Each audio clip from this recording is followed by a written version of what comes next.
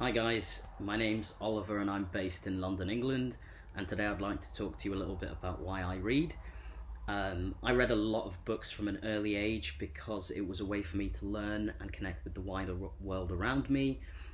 Back when I was a kid, we didn't have Google, so for one Christmas I asked for a set of encyclopedias, which was a great way for me to learn about things I couldn't access any other way. I didn't have the internet essentially. As a child, I primarily read books by the likes of Roald Dahl, things like Willy Wonka and the Chocolate Factory, Matilda, James and the Giant Peach.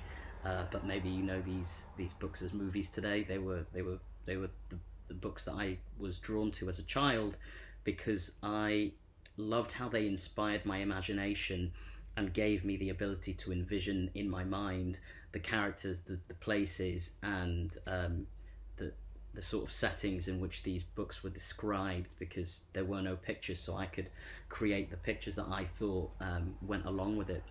Now that I'm older, I tend to read a lot more non-fiction books because I'm still interested in learning, but primarily about world events through the eyes of other people, with some historical context.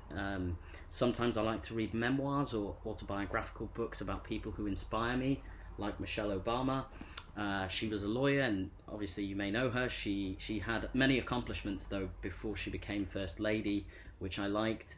I just graduated law school myself, and so I also read The Secret Barrister, which is helpful as I embark on a career as a lawyer.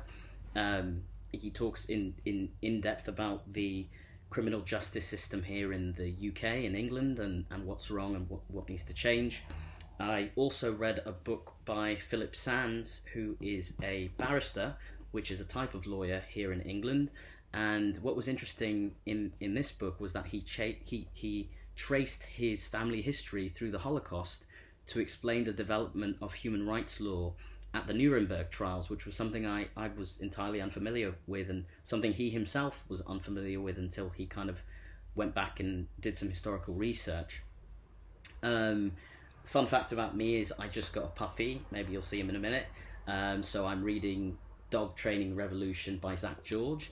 And even though I've only had my puppy for 2 weeks, he knows how to sit and jump. And perhaps most importantly, he knows where to go to the bathroom in the right place.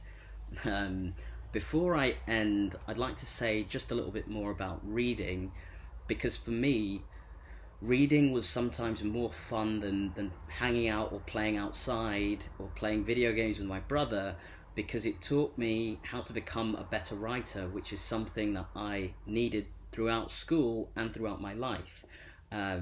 It's something I still like to do, whether that's commuting to work on a train or when I'm home before bed. It's something I try and do every single day. I can read about a book a week. That went down when I was in law school because I was reading a lot of textbooks for law. I like to read with my puppy, Mr. Clooney. There he is. Because he tends to fall asleep on me, which is great, and it's a nice way to connect with my new dog. I guess I just want to end by saying I read because it's also a really great way to meet and talk to other people.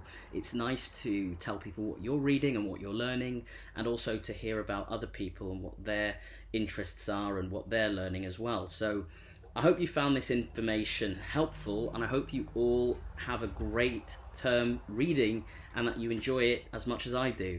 Cheers.